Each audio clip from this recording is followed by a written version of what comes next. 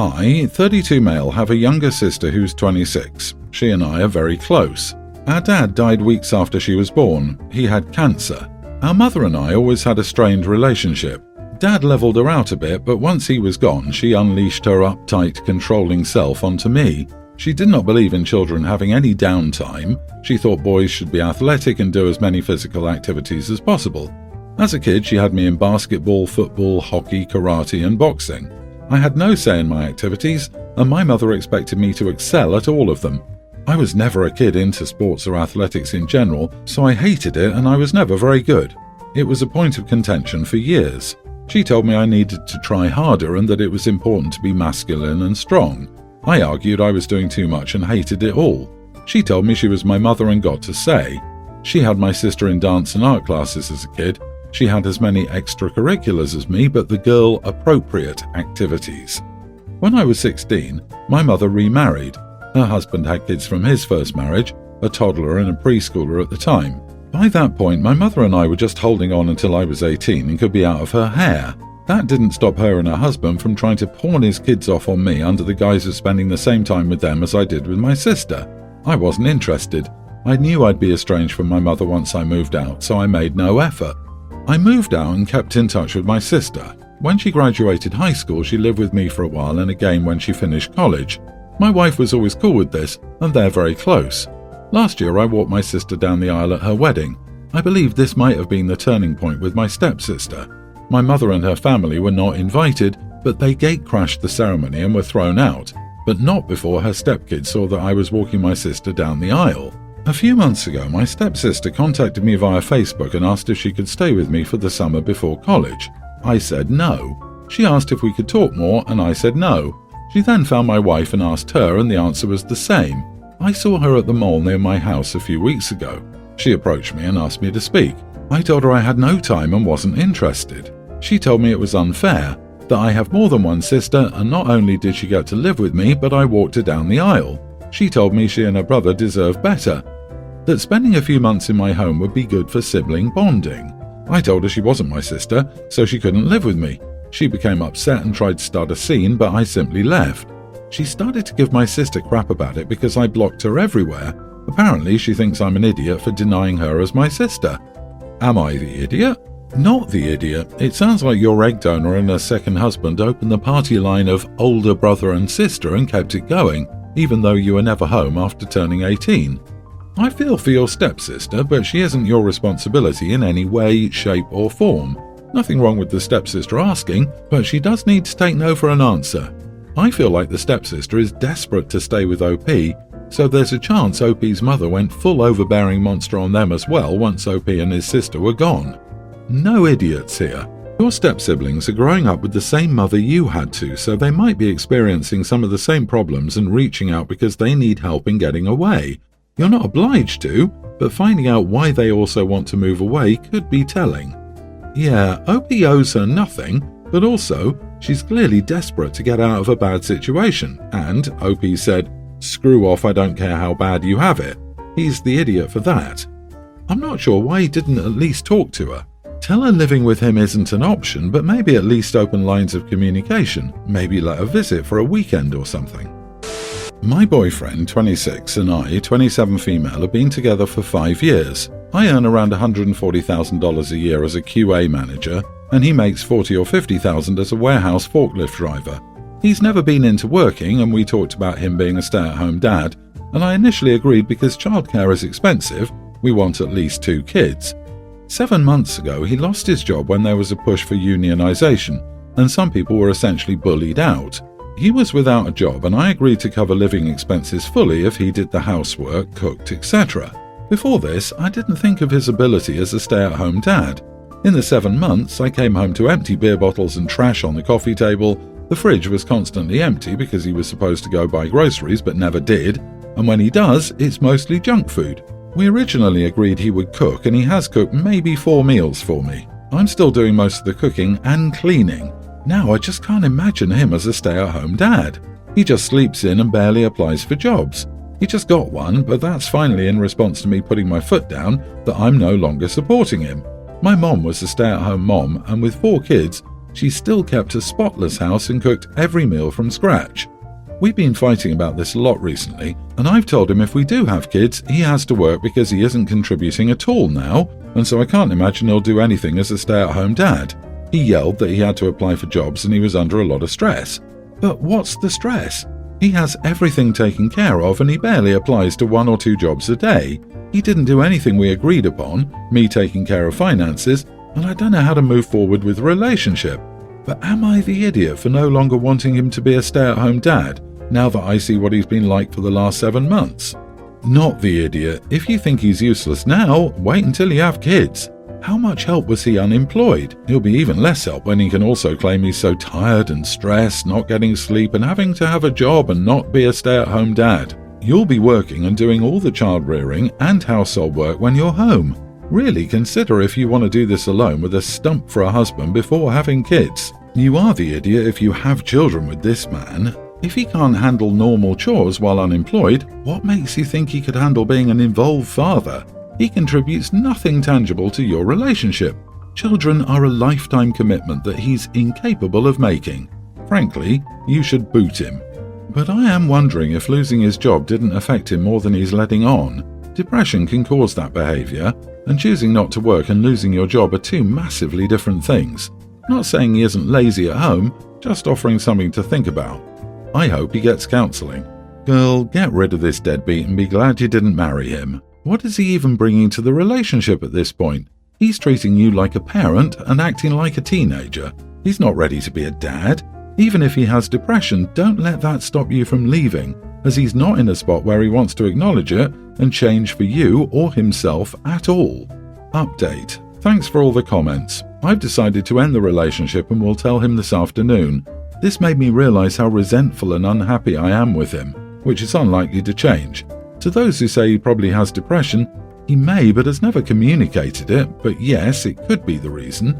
But even if he does, I doubt just knowing it will fix my resentment, so it's best we end on semi-friendly terms.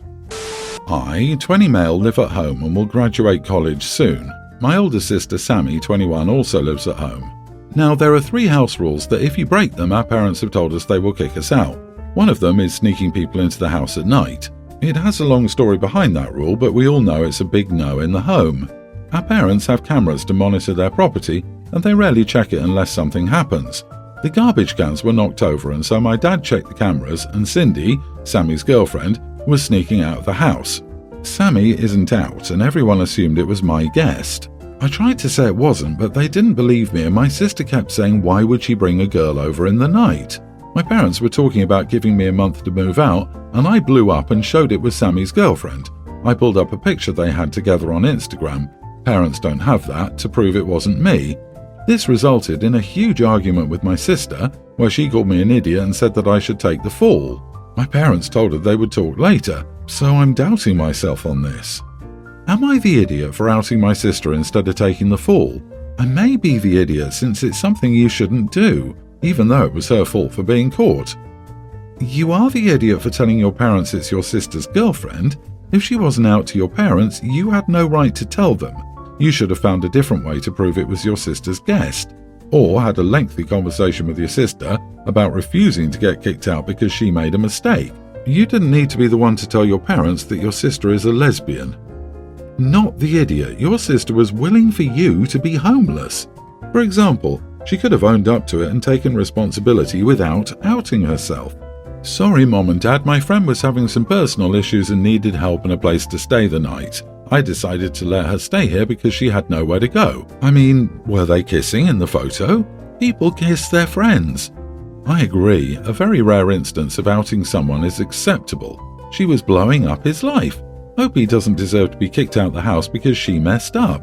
She shouldn't have snuck her girlfriend in if she didn't want to get caught. She knew what would happen to her brother and was still willing to make her brother homeless. Sister only has herself to blame. Her idiocy caused this, and her unwillingness to come clean instead of blaming her brother caused her to be outed. If anyone should have lied about who her girlfriend was, it was her sister, who was too busy blaming her brother. Though it's difficult not to think that your parents are idiots for reacting the way they did. I know you said there was an incident that explains it all away, but going from 0 to You have a month to move out because you maybe had a girl over. The same goes for if they gave your sister the same deal. Your sister was an idiot for trying to make you take the fall, but having a girl over really shouldn't be that big of a deal. I, 21 female, live in an apartment with Anne, 19 female. We live in university-style apartments where you're assigned roommates based on compatibility, so I didn't know Anne before she moved in late January while I was gone on a vacation. We've been living together for 6 months now, and she's a decent person and a relatively pleasant roommate most of the time. With that being said, we're friendly, but we're not friends. I've got no issue with her, and I don't think she has any issue with me, but we're just always gone from the apartment when the other is here. She's a student and part-time worker, and I'm a full-time worker, and we don't have much of anything in common. We tried to say we'll hang out and do this or that, but nothing ever materializes. This is a bit rambly, but it will become relevant. A couple of months ago, Anne's boyfriend, John, 20, was feeling poorly. I don't exactly know what happened, but she took him to the ER, and he racked up a couple of grand in medical bills. I understand that the situation wasn't life-threatening, but he needed some treatment and medication. As a student, John couldn't afford to pay the bills, and my roommate set up a GoFundMe for him. She told me about it, shared it with me, and I shared it on my social media pages to help spread the word for her and potentially get her some more donors. Apparently, that wasn't good enough. Anne came up to me a couple of days ago talking about her and John doing something and led it into the subject of his ER visit and med bills. She told me she noticed that my name wasn't among the donors to his GFM and said if I was saving up for a bigger donation, it would be better just to split it up and donate part now because John is trying to make a payment before the end of the month. It got really awkward, and I told her I wasn't saving to donate because I was trying to put all my funds together in preparation for moving across the country next week. I need my money for the trip and to tide me over until I secure work. Anne got angry, to say the least. She said I was selfish and had no empathy if I wouldn't even donate $20 to her boyfriend's debt. She said if I could afford to pay my last 3 months' rent at once, I could afford to spare some money for his bills that he can't afford and that he's poorer than me right now, so I need to help him.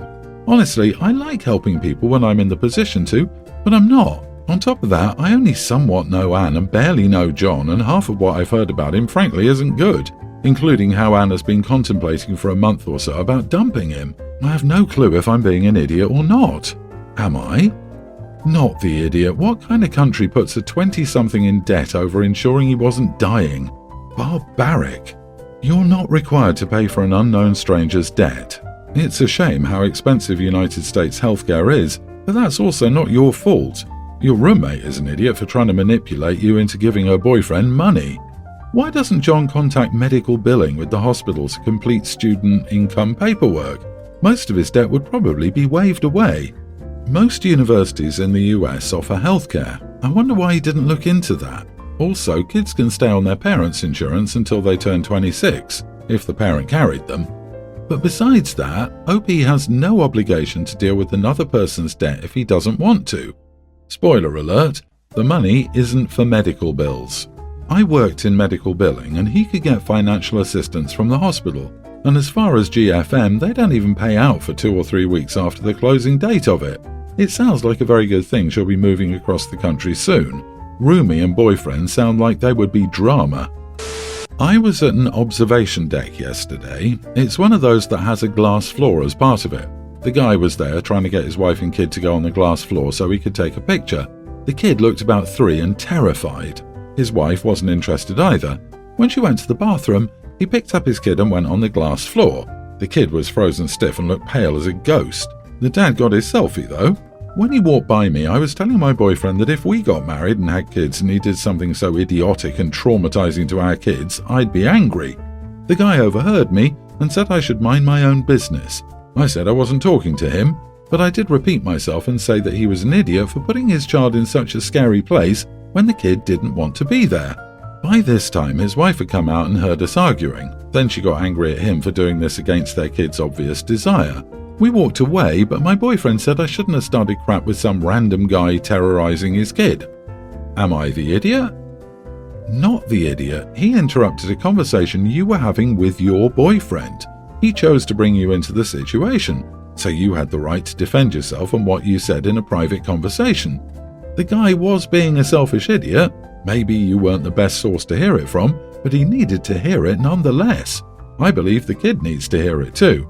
I mean, I agree OP isn't the idiot, but this reasoning is so dumb, LMAO. If you have a conversation about someone else who is within earshot, they definitely have the right to respond. OP absolutely started the altercation by talking about the dad where he can overhear. Again, I think doing this is totally justified in this situation, but let's not act like OP was minding their own business, LOL. You are the idiot. As a bystander stranger in public, you're a lot less qualified to judge how this impacts that kid than the dad is. He knows the kid's personality, expressions, ways of communicating, and how they've reacted in the past to being put outside their comfort zone. So you need some humility that your gut reaction about what this experience was like for the kid may very well be wrong, and the dad may be more qualified to know. Meanwhile, your behavior seems idiotic.